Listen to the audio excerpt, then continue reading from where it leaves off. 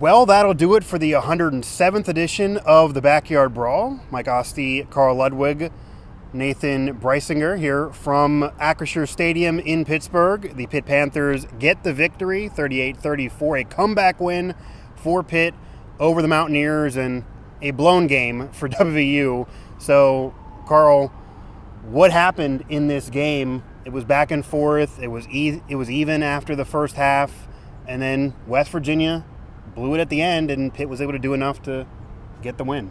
Yes, I mean, I think it looked like for a while there that West Virginia was kind of closing in on a victory. I mean, they were wearing down the offensive line, wearing down the defensive line. Pitt was kind of crumbling a little bit. And then late in the fourth quarter, a flip switched. I'm not sure what it was exactly. I mean, there was a bit better blocking. There was a switch at the offensive line with the left guard, but Eli Holstein locked in. Cade Bell called some great plays, and Holstein hit his throws. The defense locked in for Pitt, and you saw what happened. I mean, they came back from another 10-point deficit late in the fourth quarter.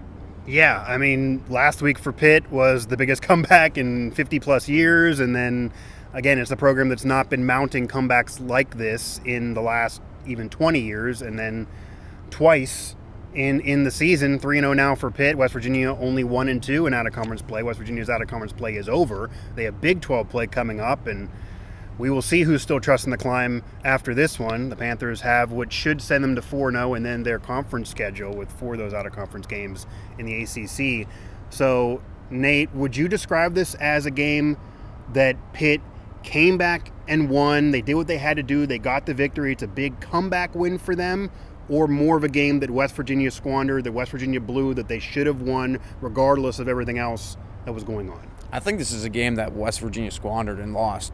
I mean, this was a game that Garrett Green in the running game that has been so potent against Pitt over the last 2-3 years. I mean, C.J. Donaldson on this field 2 years ago as a true freshman was able to run the ball and win last year that game, because realistically there wasn't a whole lot of throwing in that one. But this time they just couldn't get it done and allowed Pitt those opportunities, and especially that final drive, 3 and out. I mean, even if they get another first down, maybe 2 more first downs. There's 30 seconds left. Take the time off the clock. 5 seconds, right? Exactly. So you take more time off the clock, and they just couldn't get it done. And we were talking about it on the way down here. Garrett Green just was unable to throw the ball that much down the field. They relied a little bit too much maybe on his legs and on the ground game. Yeah, and I don't have Green stats here in front of me, but it wasn't a good day at the office. You do have him here. It wasn't good a day at the office for Garrett Green at all. It was 16 for 30, 210 yards, 2 TDs, sacked a couple times, some picks. Yeah, Green has not looked better. Green has not looked better this year compared to last year, going from the Penn State game to this game. Chuck Albany up as an FCS. And then that series at the end there.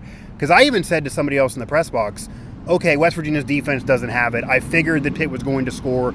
Once it was a 3-point edge, okay, Pitt's going to end up with this TD. And Holstein scrambled, which also West Virginia said they weren't ready for. They did admit that.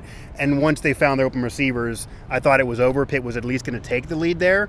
But I even said to somebody, if it's me, I almost would just let Pitt score at this point to preserve enough time on the clock. The secondary is not going to all of a sudden get better. And there was 30 seconds left. Not a minute, but 30 seconds left.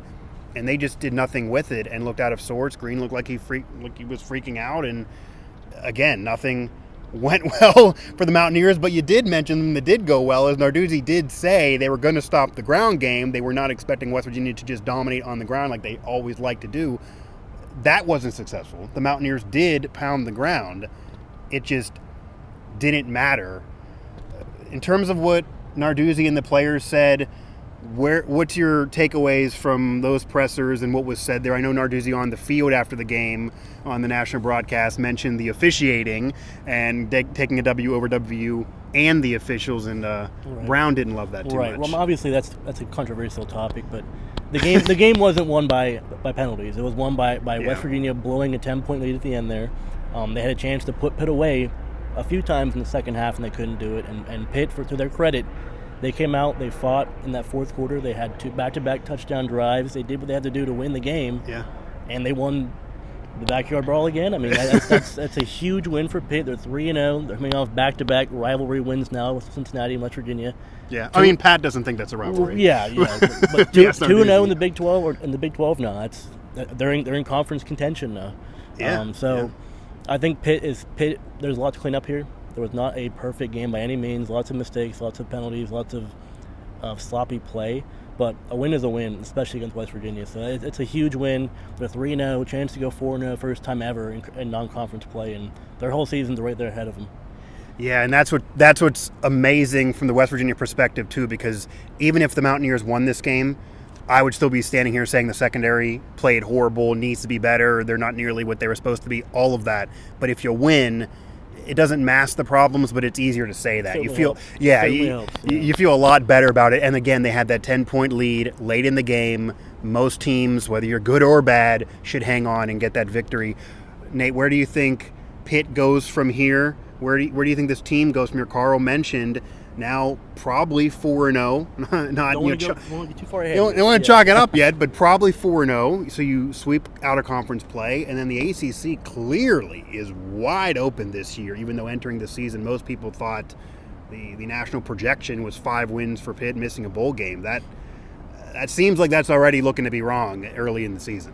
Absolutely. I mean, obviously we're looking at potentially a 4-0 start in non-conference play. Then it's North Carolina. It's on North Carolina, and they're without their starting quarterback. So like you said, things are wide open, but it really is it's fallen on the play of Eli Holstein. I mean, yes, there's a lot of moving pieces. The defense, what they've been able to do is shut things down. But I mean, Holstein, these wins don't happen if he can't throw the ball downfield. He's also the one thing that Carl and I have pointed out and we've taken note of, and a lot of people have, is his pocket presence is unbelievable. He can climb the pocket. He can feel some of that pressure, and it allows him to throw down the field. He completes that 40-yard touchdown to Dejon Reynolds. He completes passes in the Cincinnati game where he's able to climb the pocket and hit Konate Munfield downfield. So it's been impressive to watch this kid, and he's a redshirt freshman. Everyone keeps talking about it, but realistically, with his play, things kind of ride a little bit on him.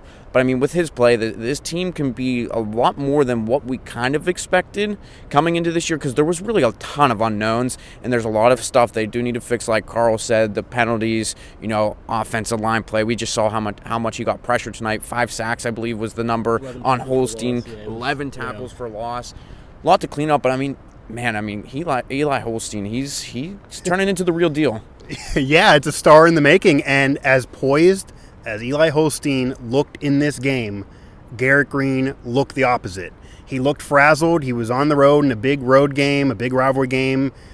He looked like he was maybe the redshirt freshman, and Eli Holstein looked like he's the senior that people were talking about a dark horse Heisman campaign. That's really how it looked in this game. And yeah, if Pitt goes as far as Eli Holstein takes him, unless he takes a major dip, he looks like a mature kid who's played tons of football to this point. And the Mountaineers, they factually have the Big 12 in front of them. You can't do 13-9 in this era. If they win the Big 12, they are in, even with these rivalry game losses. But Neil Brown likely back on the hot seat here if things don't get turned around. I've even put out there that I think Jordan Leslie is probably on the hot seat. That dial's probably turned up even more, especially with the secondary being so bad and the defense being so rough. And the vibes are obviously not good. Just go on social media and you can find, search WVU fans on X or anywhere on social, and you'll see the reaction. So it's hard to get excited about Big 12 play and the current rules of the playoff with the way the vibes are right now. Carl Ludwig, Nate Breisinger, their coverage is at Pittsburgh Sports Now, as Pitt will continue on with the rest of their season at 3-0 now, looking for 4-0 and then ACC play. And West Virginia coverage is at WV Sports Now. The 1-2 Mountaineers look now to start Big 12 play and then have a bye. And that bye, a lot's going to be discussed in that bye, depending on what happens against Kansas next week.